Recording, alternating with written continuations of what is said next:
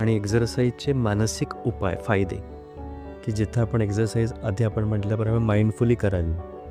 आपण जितकं सहजासहजी करू शकतो त्यापेक्षा थोडंसं स्वतःला पुश करण्याचा प्रयत्न करावा.